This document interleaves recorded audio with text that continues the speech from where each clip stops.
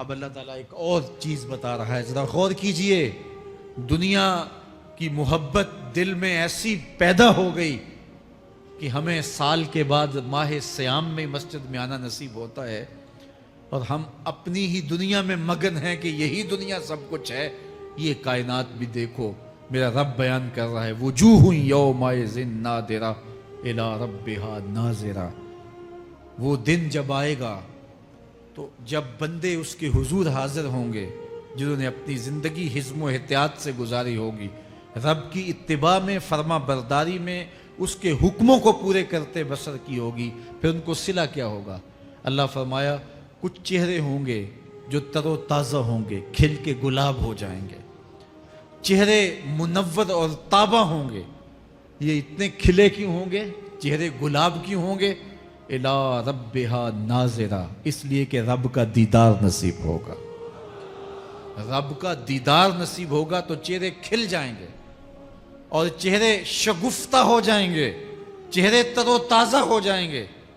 یار کوئی پرانا دوست مل جائے اور آپ سخت صدمے کے ماحول میں ہوں تو اچانک اسے دیکھ لیں تو آپ کا چہرہ کھل جاتا ہے اور آپ کا چہرہ گلاب بن جاتا ہے، تو پھر کیا منظر ہوگا؟ دنیا کے تھکے ہوئے لوگ، جنگوں کے ستائے ہوئے لوگ، بدر، احد، حنین اور کربلا کی سختیاں گوارا کیے ہوئے لوگ، تہجد کے اندر لمبا قیام کر کے راتوں کی تنہائیوں کے تھکے ہوئے لوگ، حلال کھایا حرام نہیں کھایا اور دنیا سے پیچھے رہ گئے، دنیا آگے چلی گئی اور یہ حلال کی تلاش میں بظاہر پیچھے رہ گئے. گھر والے بھی تانے دیتے ہیں کہ تم تو پیچھے رہ گئے، دنیا کہاں چلی گئی، تمہارے رشتہ دار کہاں چلے گئے. تانے اور تانوں تشنیع کے برستے تیر سہے ساری زندگی گزار دی. دکھوں کے مارے ہوئے یہ شخص جب قیامت کے دن اپنے رب کے حضور جائیں گے تو اللہ رخ انور سے نقاب ہٹا دے گا. پھر کیا ہوگا؟ اللہ کا دیدار ہوگا تو یہ چہرے کھل جائیں گے، ساری تھکن اتر جائے گی، جنم جنم کی ساری تھکن اتر جائے گی اور چہرے شگفتہ گلاب بن جائیں گے. اللہ فرمائے گا دیکھو ان کے چہرے کیسے کھلے ہوئے. وجوہ یومئذ ناظرہ الی ربہا ناظرہ. یہ تو خوش نصیب لوگوں کے چہرے ہیں.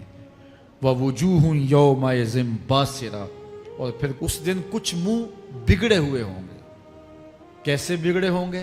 پاؤں میں درد ہو تو چہرے پر بگاڑ ہوتا ہے، پیٹ میں درد ہو تو چہرہ اچھا دکھائی نہیں دیتا، کان میں درد ہو، آنکھ میں درد ہو، سر میں درد ہو تو چہرہ بگڑ جاتا ہے. اور ان کے چہرے اتنے بگڑے ہوں گے، کوئی آنے والا خوف طاری ہو تو چہرے بگڑ جاتے ہیں. اور انسان کے چہرے کی ہوائیاں اڑی ہوتی ہیں، اب ان کے چہروں کی ہوائیاں اڑی ہوں گی. کیوں؟ قرآن بتاتا ہے تظن ان یفعل بہا فاقرہ. یہ ڈر رہے ہوں گے کہ ہمارے ساتھ اب جو سلوک ہونے والا ہے وہ کمر کی ہڈی توڑ دے گا.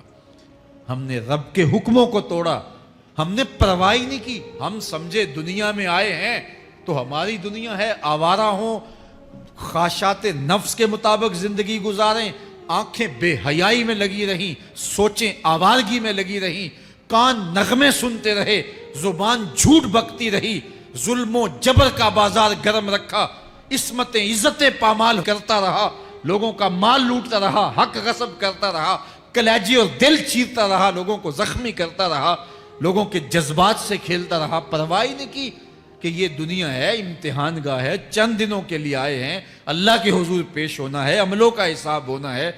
اب جب وہ دیکھیں گے کہ ہمارے ساتھ کیا ہونے والا ہے تو ان کے چہرے پہلے بگڑ جائیں گے. کیوں؟ وہ گمان کریں گے کہ ان کی ریڑھ کی ہڈی توڑ دی جائے گی. ایسے عذاب آئیں گے جس طرح کسی کی ریڑھ کی ہڈی ٹوٹ جائے تو اس کا چہرہ شگفتہ گلاب تو نہیں ہوتا، اس کا چہرہ جو ہے وہ تو کس قدر مرجھایا ہوا ہوتا ہے. تو اللہ ارشاد فرماتا ہے اس طرح ان کے چہرے ہوں گے. ابھی عذاب آیا نہیں ہے لیکن چہرے پہلے اترے ہوئے ہوں گے اور جب عذاب کی بھٹی میں ڈالے جائیں گے. اللہ اکبر. اور وہ سخت عذاب، حضور نے جبریل امین سے پوچھا مجھے جہنم کے عذابوں کا ذکر سناؤ. عرض کی حضور سب سے ہلکے عذاب کی کہانی سناتا ہوں، اور وہ یہ کہ جہنمی کے پاؤں میں آگ کا جوتا رکھا جائے گا، باقی پورا بدن اس کا سلامت ہوگا. یہ سب سے ہلکے عذاب کی کیفیت ہے. اب پاؤں میں آگ کا جوتا ہوگا،